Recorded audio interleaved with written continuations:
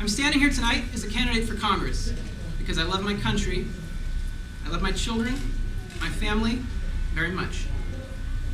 Up until now, I've been a private man with an educational background in business and a career primarily in the tech industry.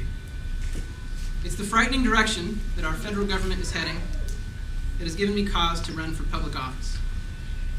I decided I can't stand by and idly watch while our elected officials spend our great country deep into bankruptcy and commit our children to a financial burden that they most certainly will never be able to repay. So the reason I'm here is out of a sense of duty for the things I love. I grew up in Silicon Valley. I've lived here all my life. I know the people of this area. I know the issues facing our cities. I know individuals close to me affected by the 12% unemployment rate in this area, an unemployment rate higher than the national average. I went to school locally, and I've had the fortune of working for several well-run companies, including Lockheed Martin, Apple, and Seagate Technology. My time at these companies is worth mentioning because from it, I learned a valuable lesson.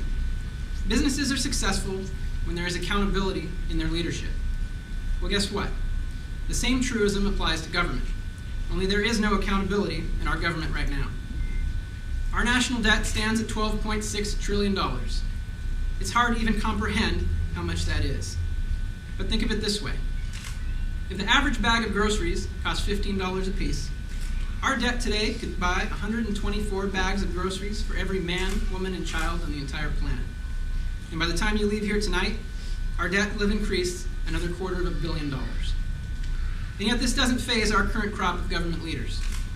The president's 2011 budget will generate nearly $10 trillion more in deficits over the next decade, and that's on top of the existing national debt. That's a lot of bags of groceries. At this rate, the U.S. economy is heading for a train wreck. And because there's been no accountability in our government, Congress is not even trying to hit the brakes. In fact, with the recent passage of the health care package, they laid on the accelerator, committing the American people to even more spending with another great swipe of the American charge card. This frustrates me because I, like most everyone else, know that if we tried to operate a private business in this fashion, we wouldn't be around very long. What's more, leaders in Congress know exactly what they're doing, and this burden will not fall on them personally. It will fall upon us and on our children. Well, we've had enough. And this November, we the people will begin holding them accountable. We know as a country we've wandered off course, but before we look at how to get back on track, let's consider for a moment how we've gotten this far off. Government leaders like Nancy Pelosi, Mike Honda, and even President Obama believe it is a responsibility of the federal government to take care of us, the people. They strive to build a government that provides and ensures financial security and equality for all. They believe the federal government grants us rights as a people to things like health insurance and free education. They lack faith in the free market system, and they believe that only through the grand coordination of a centralized government can the greatest possible good be assured for the greatest number of people. On the surface, this sounds like a fine concept, but only to those unfamiliar with the chronicles of history. For this method of governing echoes socialism, and there are fatal flaws inherent to its design. For one, it counters human nature. If you're an entrepreneur or a business owner, and you know that the more you earn, the more you will have taken away in the name of economic equality, what becomes of your incentive to succeed? What becomes of your incentive to invent? And what becomes of your incentive to innovate? It fades. And with it, fades the driving force of the entire economy. Another problem with this method of governing is its costliness and sheer lack of efficiency. Try to think of one federal government program, other than the United States military, that does a better job than the private sector. I doubt you'll be able to. And yet, our leaders continue to introduce massive new government programs requiring large new bureaucracies, which we all pay for. Finally, a powerful federal government will not govern with the interests or the rights of individual citizens in mind, but rather it will govern only in the interests of itself and its leaders. And with its centralized authority, the federal government will be able to do what it wants, when it wants, even against the will of the people. And we've seen this happening already. We will end up with more scenes like we witnessed in Fresno County last year, where the federal government shut off the water supply to thousands of farmers in Central California in an effort to preserve an endangered minnow. As a result, grown men who spent years of their lives growing food to feed the nation were reduced to standing in food lines themselves, while their crops failed and unemployment shot up to 40%. The farmers pleaded as their families suffered. The governor begged, but the federal government had the control, and they chose to help the minnow. This is the brand of governing our current leaders subscribe to. It's proving destructive to our country, and it poses threats to our individual livelihoods. Furthermore, the all-providing central government model has failed every time it's been tried throughout human history. Yet this is the road we are now on. This vision for our government, which Obama, Pelosi, and Honda all share, stands in stark contrast to the government that was painstakingly designed by our founding fathers. They knew of the dangers of granting the federal government too much authority, and that's precisely why they enumerated specific powers for Congress and reserved the bulk of the power to the states and to the people.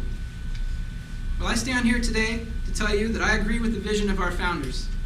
I believe in a restrained government whose job is not to guarantee our success and collective well-being, but rather to ensure that we have the freedom and opportunity to succeed on our own. I believe our founding documents are sacred, and that the inalienable rights we have as individuals, rights to life, liberty, and the pursuit of happiness, are granted to us not by our government, but by our Creator. Because any government that can give you rights may also take them away. I believe that the federal government has grown too massive and spends too much of our hard-earned money, and that Congress must reduce its spending so that we may responsibly balance our budget and pay down our national debt. I believe that if people are going about their business and not trampling on others' rights, that they should be left alone, and that if you work hard and earn your money, you should be able to keep as much of it as possible. I believe we should give back to our communities and help those in need, but because we want to, and because it's the right thing to do, not because a politician in Washington creates a social service and allocates our tax money to fund it. And by the way, folks, this is why if you look at our campaign calendar, you'll see us signed up to do events like working in the soup kitchen, because I believe charity is important and that a congressman should lead by example. Thank you.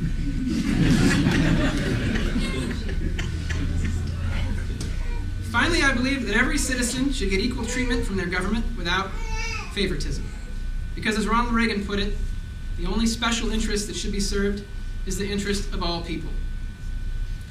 This is the kind of America I believe in, and this is what my platform is based on. We are truly unique in the world because of the freedoms we have to innovate and achieve. But when the government creates entitlements and offers promises of free social services, they weaken those freedoms.